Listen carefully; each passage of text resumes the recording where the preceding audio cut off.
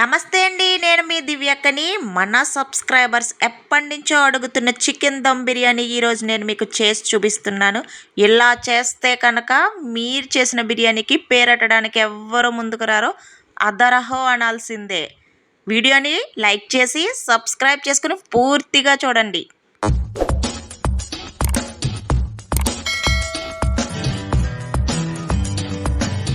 ఒక కేజీ చికెన్లో లెగ్ పీసులు తీసేగా మిగిలిన చికెన్ని తీసుకుని, ఇది బాయిలర్ అండి, బాయిలర్ కూడా అయితేనే బాగుంటుంది కదా దమ్ బిర్యానీకి. ఇది తీసుకుని వాష్ చేసేసిన తర్వాత నేను బాయిల్ చేసేస్తున్నాను. దీనిలో నేను అల్లం వెల్లుల్లి పేస్ట్, పసుపు వేసి బాగా ఉడకబెట్టేశాను. తర్వాత పుదీనా పేస్టు, ఉల్లిపాయ పేస్టు, అల్లం వెల్లుల్లి పేస్టు తీసుకుని ఉడకబెట్టిన ముక్కల్ని పక్కన పెట్టుకుని, ఇప్పుడు పెద్ద స్టవ్ వెలిగించి నేను ఈరోజు బిర్యానీ ఎక్కువ చేస్తున్నాను. అంటే ఎక్కువ అంటే మరీ ఎక్కువ కాదు, 2 kgs చేస్తున్నాను. దానికి సంబంధించిన ఐటమ్స్ అన్నీ కూడా ఇక్కడ తీసుకున్నాను. కడాయి పెట్టుకుని ఆయిల్ పోసుకుని గ్యాస్ వెలిగించాలండోయ్. ఉల్లిపాయ పేస్టు, పుదీనా పేస్టు పక్కన పెట్టాను కదా, అది వేసుకుని కాస్త వేగించుకోవాలి. దోరగా వేగించిన తర్వాత ఇది కొంచెం నల్లగా మాడిపోకుండా వేయించుకోవాలి. ఇది ఇలా వేగుతూ ఉంటుందండి. మీరు మాత్రం ఛానల్ని సబ్స్క్రైబ్ చేసుకోండి, పూర్తిగా చూడండి. మనకు సబ్స్క్రైబర్స్ అయితే వస్తున్నారు. ఈ వేగిన తర్వాత అల్లం వెల్లుల్లి పేస్టు వేసుకుని మరికొస్తసేపు వేయించుకోవాలి, ఒక 2 minutes. తర్వాత ఉడకబెట్టిన చికెన్ ఉన్నది కదా, అది తీసుకుని ఈ వేయించిన దాంట్లో వేసుకోవాలి.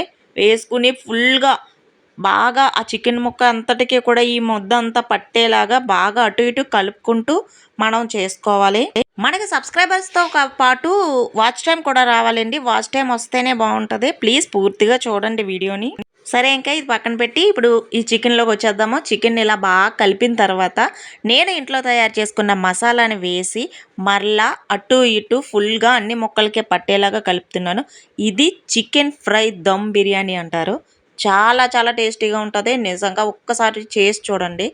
కాస్తంత కారం వేసుకుని, మరి కారం ఉండాలి కదండి చికెన్ అన్న తర్వాత, వేసి కొంచెం ఉప్పు కూడా వేసుకుని అటు ఇటు బాగా ఫ్రై అవ్వే వరకు కూడా అలా కలుపుతూ ఉండాలి. మనకు ఆల్రెడీ ముక్క ఉడికిపోయిందండి, మరలా ఉడకక్కర్లేదు. కానీ నేను కింద మాడి పట్టకుండా కొంచెం నీళ్ళు, అంటే గ్లాసులో సగం నీళ్ళు వేసుకుని కాసేపు ఉడికిస్తున్నాను. ఎందుకంటే ఈ మసాలాలన్నీ ఆ ముక్కకు పట్టాలి కదా, దాని గురించి అని చెప్పి బాగా పట్టే వరకు, ఈ నీళ్ళన్నీ ఇంకిపోయే వరకు ఉడికిస్తూనే ఉన్నాను. ఈ ముక్క తీసుకుని తింటే ఉంది మరి మామూలుగా లేదండి. ఇంకా చాలా చాలా టేస్టీగా ఉంది. ఇప్పుడు దీన్ని పక్కన పెడేసి మనకు కావాల్సిందేంటి, బిర్యానీ తయారు చేయాలి కదా. మరి దానికి నేను కొంచెం పెద్ద కడాయే పెట్టానండి. ఎందుకంటే 2 kgs బియ్యం చేస్తున్నాను. అది కూడా కుక్కర్లో కాకుండా నార్మల్గా చేస్తున్నాను అనమాట.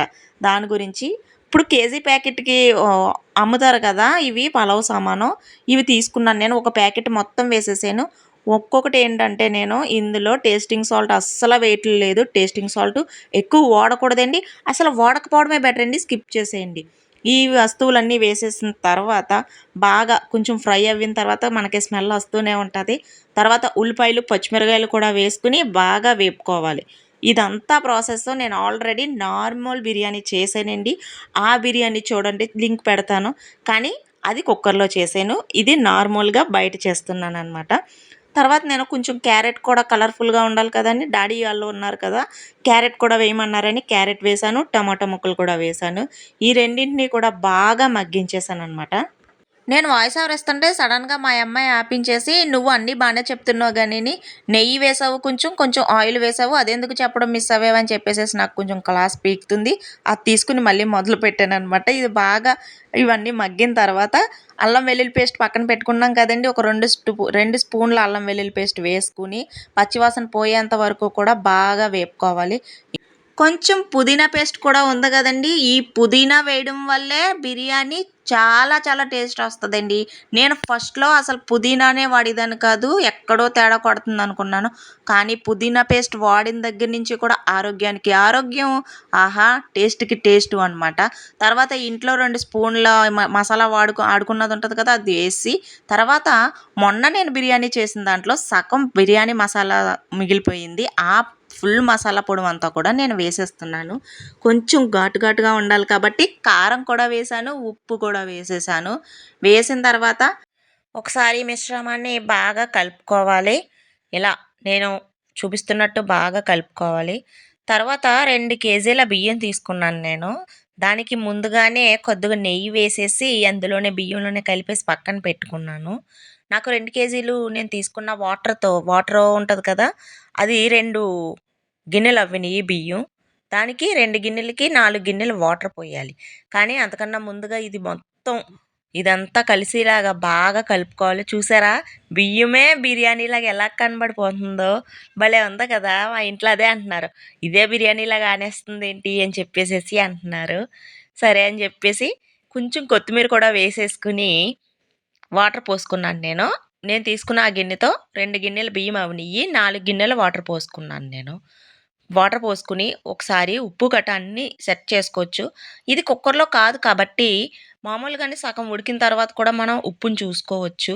నేను ఉప్పు చూసాను. సరిపోలేదు నాకు వేసి మూత పెట్టేసి కొంచెం పెద్ద మంట పెట్టుకొని ఈసారి గ్యాసు పెట్టేసాను. ఇదిగోండి ఎలా ఉడుకుతుందో చూసారా? వావ్! స్మెల్ అయితే మామూలుగా రావట్లేదు. ఇలా ఉడికింది. తర్వాత నేను చిన్న మంట మీదే మిగిలిందంతా ఉడికించాను. ఒక 90% ఉడికిన తర్వాత కొంచెం మనము ఇలా తీసుకుని చికెన్ని అందులో వేసేసుకోవాలి. ముందుగా ప్రిపేర్ చేసుకున్న చికెన్ అందులో వేసుకుని ఒక్క 5 మినిట్స్ మూత పెట్టేసి మగ్గితే ఇదిగో చూసారా ఎలా ఉందో? చికెన్ మాత్రం అద్దిరిపోయిందండి. నేను కూడా ఇది ఫస్ట్ టైము. ఎందుకంటే నేను కుక్కర్‌లో పెట్టేస్తాను ఎప్పుడు కూడాని. కానీ ఇలా వండడం ఇది ఫస్ట్ టైము. మాడి పట్టేస్తదేమో అనుకున్నాను గానీ, ఇలా కలపడం వల్ల అస్సలు కొద్దిగా కూడా మాడి పట్టలేదు. బిర్యానీ టేస్ట్ అయితే ఇంక పేరు పెట్టక్కర్లేదు. ఇదిగోండి మా వారికి ఫస్ట్ బిర్యానీ పెట్టేసాను నేను. బిర్యానీ, నిమ్మకాయ, ఉల్లిపాయలు, నాటుకోడి వండుకున్నాము. నాటుకోడి పెట్టేసాను. అంతేనండి. Chicken dum biryani ready. మరో మంచి వీడియోతో మళ్ళీ కలుద్దాం. Love you all.